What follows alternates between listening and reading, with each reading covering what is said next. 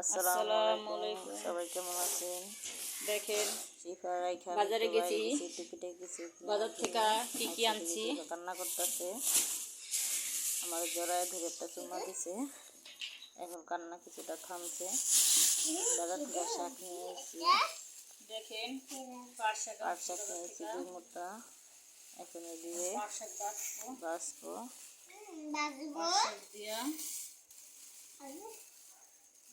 এই বাছতে কিন্তু অনেক সময় লাগবে, দেখেন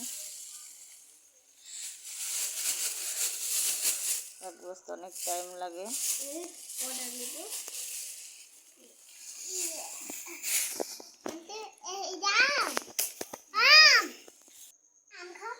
এদিকে শিফা আম নিয়ে তুমি খাইও, তুমি আম খাবা? আম খাও, দেখেন শিফা আম খায়, আম কাটতে খাইবা।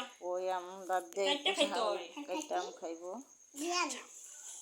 কাঁচা আম, এটি কাঁচা আম, এই ডাল দিয়ে রান্না করুন, ডাল দিয়া আম দিয়ে ডাল দিয়ে রান্না করে, পাট শাক দিয়ে ডাল দিয়ে রান্না করে। পাট শাক বাইছে আবার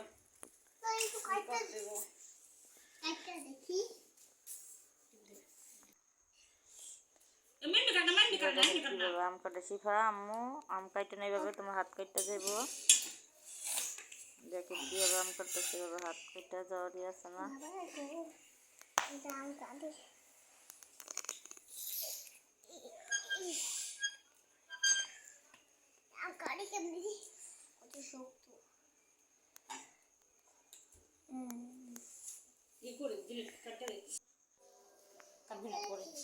এর মধ্যে আমার শাক বাছা প্রায় শেষ।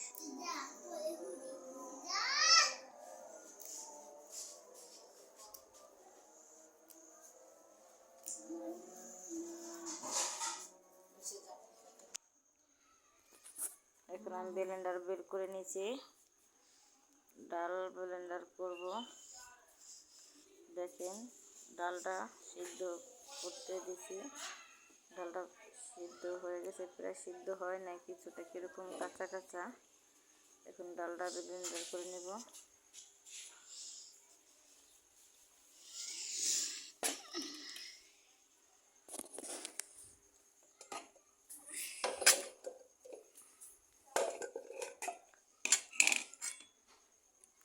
ডালটা কিন্তু হালকা হালকা গরম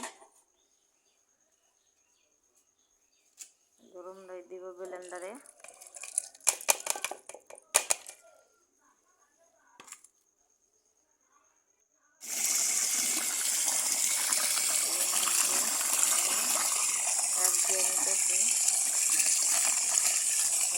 কিন্তু জলা দিতে হইব, নাহলে পানি খেতে দেব। শাক দিতে অনেক টাইম লাগে, ভালো থাকে শাক, অনেক টাইম লাগে শাক দিতে।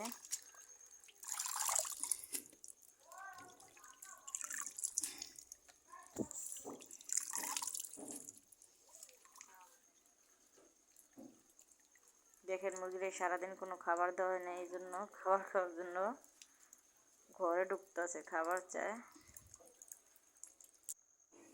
খাবার চাইতেছে। এখন মুরগির খাবার দেবো। এর মধ্যে ডাল একটু বলক এসে পড়ছে, এখন ডালের ভিতরে শাক দিয়ে দেব। শাক দিয়ে